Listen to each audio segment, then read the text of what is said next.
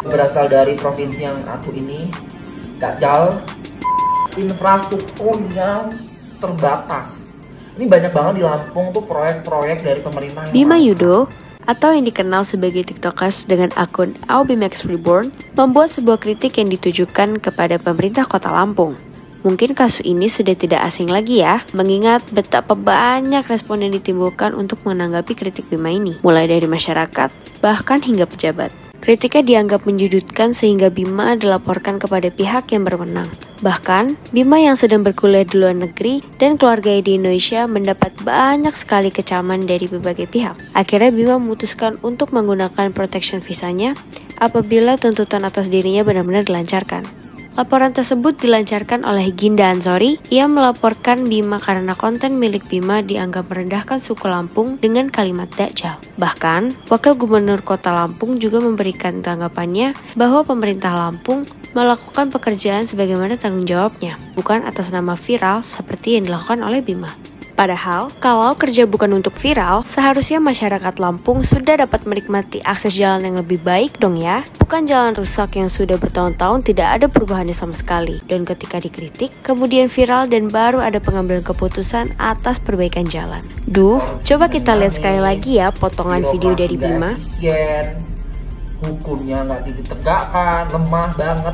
Korupsi, birokrasi, dan hukum kemudian dijawab loh oleh Ginda Ansori. Korupsi itu, serta suap menyuap itu bukan hanya problematika yang terjadi di daerah Lampung saja.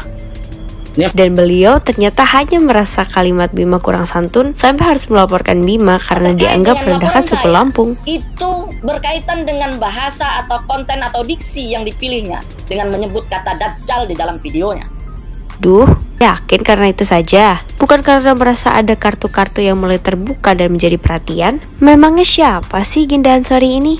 Apa sekedar pengacara hukum saja? Ginda Ansori ternyata seorang tim hukum milik Gubernur Provinsi Lampung loh. Bekerja untuk Gubernur Lampung dari periode 2019 hingga 2024. Jadi, beliau ini bertindak demikian kira-kira atas kemauan pribadi atau sebetulnya kepada. Nah, bahkan Mahfud MD saja angkat bicara loh. Kalau persekusi atas Bima Yudo ini tidak dicabut, maka beliau tidak akan tinggal diam. Banyak dukungan dari masyarakat dan elit politik yang menyoroti kasus Bima hingga akhirnya Polda Lampung menghentikan penyelidikannya atas Bima dan Ansori menuntut cabutannya. Katanya sih, karena kondisi kasusnya sudah berdampak luas di masyarakat dan hal ini adalah hal yang baik demi menjaga stabilitas keamanan daerah dan nasional. Nah, memangnya seperti apa sih kondisi jalan di Lampung?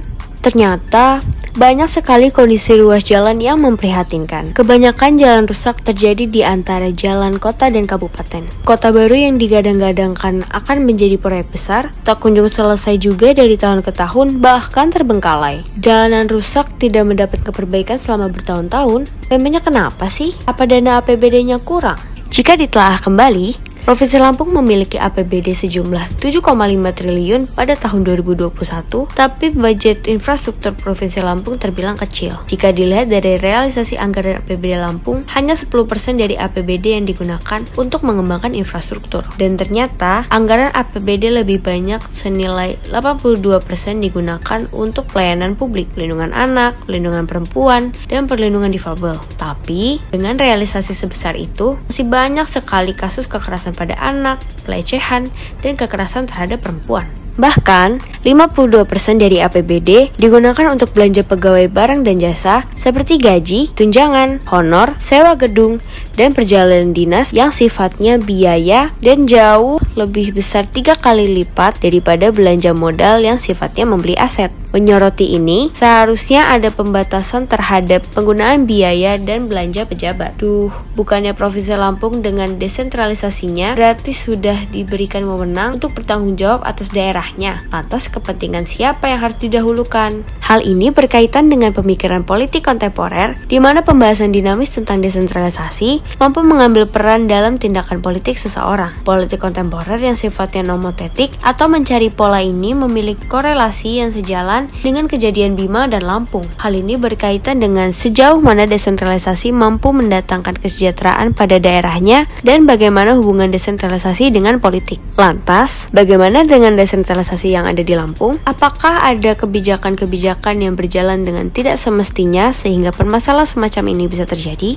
Desentralisasi atau penyerahan wewenang dari pemerintah pusat kepada pemerintah daerah untuk melaksanakan kebijakan demi membangun daerahnya menjadi sejahtera menjadi kesempatan bagi tiap-tiap daerah untuk memaksimalkan kinerjanya. Namun, ini menjadi celah atas penyalahgunaan kekuasaan yang bentuknya menjadi lebih bias. Perlu pengawasan yang intensif sehingga tidak ada lagi daerah yang merasa ditinggalkan ataupun dititik beratkan sendirian. Bapak Insinyur Arinal Junaidi sebagai Gubernur Lampung dan Ibu Husnunia Salim, MSc MKN PhD, sebagai Wakil Gubernur Lampung seharusnya dapat memaksimalkan kesempatan dan wewenang ini untuk menunjukkan eksistensi Lampung yang potensial. Dengan desentralisasi, seharusnya urusan daerah menjadi tanggung jawab daerah dan pemerintah pusat hanya mengawasi saja. Patut dipertanyakan kemana realisasi anggaran yang sudah diberikan dan dampaknya bagi Provinsi Lampung. Dengan kritik yang dilontarkan Bima ini, membuat masyarakat menjadi lebih berani lagi untuk menyuarakan suaranya dan kritiknya terhadap Provinsi Lampung. Bahkan, hingga ada yang namanya Bima Efek loh. Kritik Bima seharusnya menjadi sinyal bahwa Arinal Junaidi diduga melakukan penyelewengan anggaran di tengah-tengah APBD yang lumayan besar. Dan akibat kritik Bima ini, Wakil Gubernur Lampung Husnunia mendapatkan panggilan dari KPK atas pemeriksaan hartanya yang ternyata menurut LHKPN hartanya mencapai 13 miliar dan panggilan tersebut bertujuan untuk klarifikasi laporan harta kekayaan. Gimana Bu? Komentarnya dikit Bu, tanggapannya apa aja persiapan hari ini Bu? Yang pakai tangan, orang jangan di mana. Gimana? Ini diundang sebagai apa Pak? Ini bawa apa aja Pak? Wali. Masih Pak, dikit Pak. Masih Pak. Gimana Pak Wali? Kalian. Dikit aja, minimal ada. Iya. Pak. Apa aja Pak yang dibawa Pak? Dikit Pak. Apa aja Pak yang bawa? Ada omongan Bu dikit Bu. Udah nih. Gimana Bu? Bu, ini kita pembentukan terkait proyek jalan nih Bu. Bu, ini jalan-jalan nih.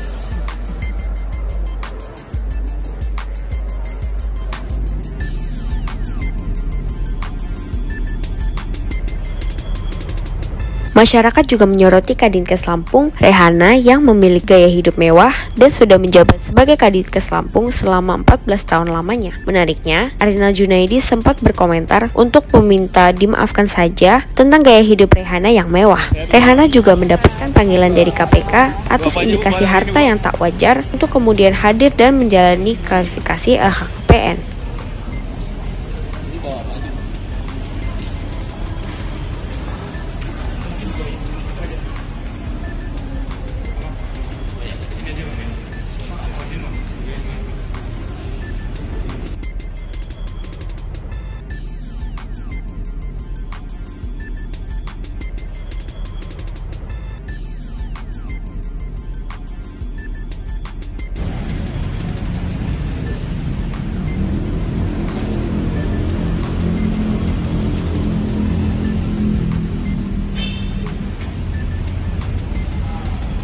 Arinal Junaidi selaku Gubernur Lampung berkomentar untuk tidak terlalu menyoroti Rehana apabila terlihat berpesta dan memohon untuk memaafkan Rehana. Ia juga sudah meminta Rehana dan kadis lainnya untuk menyesuaikan gaya hidup. Wah, semoga adanya penyelewengan anggaran tadi hanya indikasi yang tidak benar ya, karena ada hak rakyat di dalam anggaran tersebut. Lampung sudah sering dikritik loh, tapi kok kinerjanya terasa kurang maksimal ya? Kalau apa yang disampaikan oleh salah satu dirjen kementerian tadi, Bina Pengembangan Daerah, bahwa Lampung ini tertinggal dari beberapa hal, kemiskinan, pendidikan, pertumbuhan ekonomi yang lain-lain, saya meminta pada Pak Gubernur pada kesempatan ini untuk mengevaluasi seluruh pejabatnya. Karena saya ingin Gubernur Lampung ini ke depan juga punya legasi. Padahal warganya sudah banyak yang mengeluh juga, apalagi ketika kasus Bima ini naik, banyak sekali masyarakat yang menyuarakan keresahannya atas infrastruktur yang tidak memadai di Lampung. Bergelombang kayak itu, aduh parah banget, hancur banget. Terus ada lagi di sini nih, kalau jalannya ini hancur kayak gini, orang jarang jalan masuk ke sini. Jadi proses perkembangan di sini agak kurang. Ini kan jalan ini kan lagi proses pembangunan kan, wilayah sini kan lagi proses pembangunan. Jadi kalau jalannya seperti ini, gimana kita mau maju, gimana mau berkembang untuk wilayah sini. Bang, review Jalan Lampung. Jalan Lampung itu bagus banget tuh, lihat tuh. Jadi jalan Lampung ini kalau wayahnya hujan jalannya kayak gini, nggak bisa buru-buru. Jalannya parah bener, banyak bener kubang-kubangan kayak gini. ya dalam. Jadi genangan ya Bang? Kecil nggak bisa masuk. Kalau kemarau? Kemarau ya lihat sendiri ini kayak gini posisinya. Berapa Bang panjang jalan yang rusak di wilayah sini Bang? Ya panjang, dari ujung sana, dari ujung Kergading itu. Mending zaman dulu baru bisa mancing, sekarang udah bisa bikin waterboard. Nah, bisa berenang kita. Nah, bisa. Kayak kolam ikan, bener. Cuman kita nggak miralin. Terus aktivitas itu gimana Bu? Wah susah, terhambat sekali. Kayak gitu, rutenya terlalu parah. Badannya sakit semua.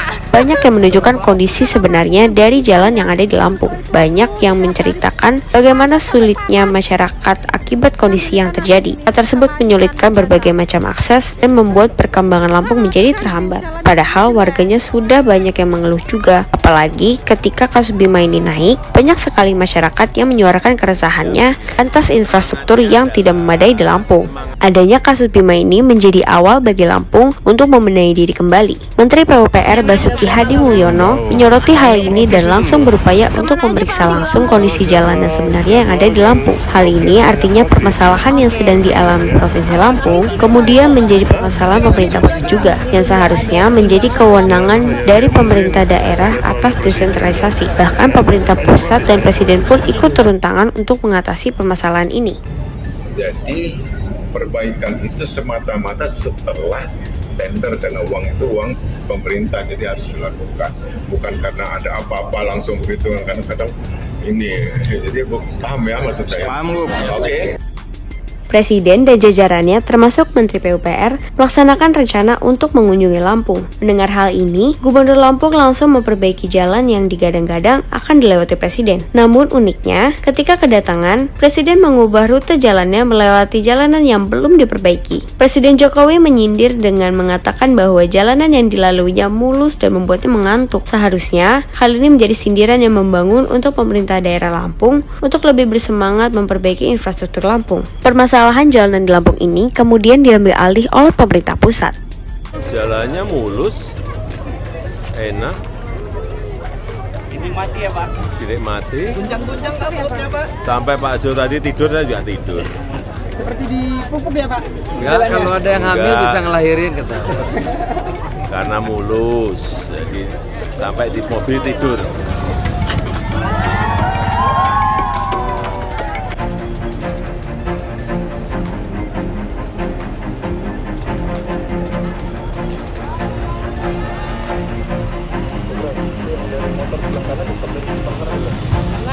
Reaksi Arinal disorot masyarakat karena bertepuk tangan ketika mendengar pemerintah pusat memberikan anggaran sebesar 800 miliar untuk memperbaiki 15 ruas jalan. Arinal juga mengingatkan untuk sholat ketika dana yang diberikan nantinya kurang. Tapi ini karena memang sudah lama, ya akan diambil alih oleh pemerintah pusat. Ya.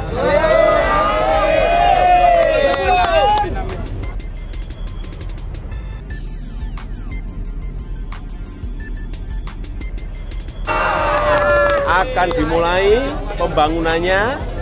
pembangunannya, perbaikannya akan dimulai bulan Juni karena harus lelang dulu. Begitu saya lihat tadi, saya sudah perintahkan Pak Menteri PU untuk lelang.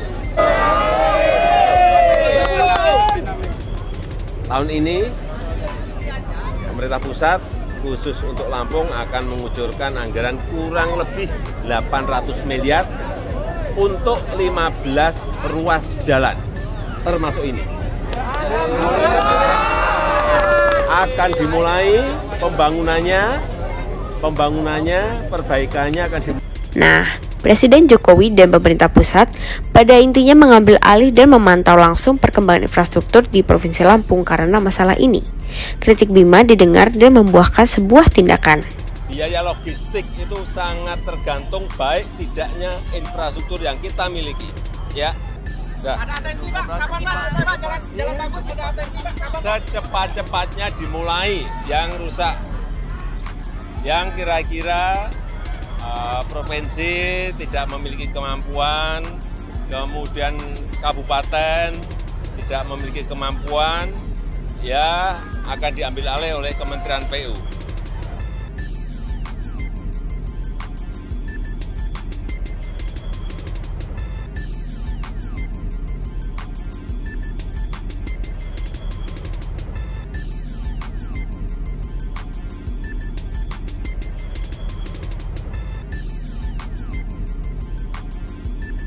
Dari rangkaian kejadian ini, seharusnya menumbuhkan kembali semangat tanggung jawab pada tiap-tiap pemerintah daerah untuk lebih bertanggung jawab lagi atas daerah yang sudah menjadi wewenangnya. Dan seharusnya menjadi masukan pula bagi pemerintah pusat untuk lebih memperketat lagi pengawasannya terhadap pemerintah daerah, terlebih lagi pada daerah yang jauh dari ibu kota. Pertanyaannya, apakah rangkai permasalahan mengenai kondisi Lampung dapat mempengaruhi kebijakan sistem desentralisasi pada Lampung itu sendiri dan pada daerah lain yang sistem kekuasaan desentralisasinya belum berjalan dengan baik? Desentralisasi bisa jadi sebuah keuntungan dan kerugian tergantung bagaimana pemimpin daerah memanfaatkan kekuasaannya dengan bijak.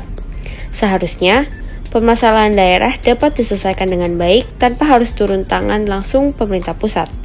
Nah, sekarang tugas kita untuk mengawal pembangunan infrastruktur Lampung yang akan dimulai pada bulan Juli hingga bulan Agustus. Semoga pembangunan ini dapat berjalan dengan baik dan semestinya, sehingga rakyat dapat menikmati infrastruktur yang lebih baik lagi. Tugas kita sebagai masyarakat belum selesai. Kasus dugaan korupsi, birokrasi yang masih sulit, dan hukum yang masih lemah adalah hal-hal yang juga harus kita menangkan dan perbaiki sebagai generasi muda. Oleh karena itu, generasi muda diharapkan mampu memberikan suaranya dengan lantang dan disertai fakta, agar kemudian Indonesia memiliki secercah harapan dipimpin oleh pemimpin-pemimpin yang bijak, akalnya, pikirannya, dan tindakannya.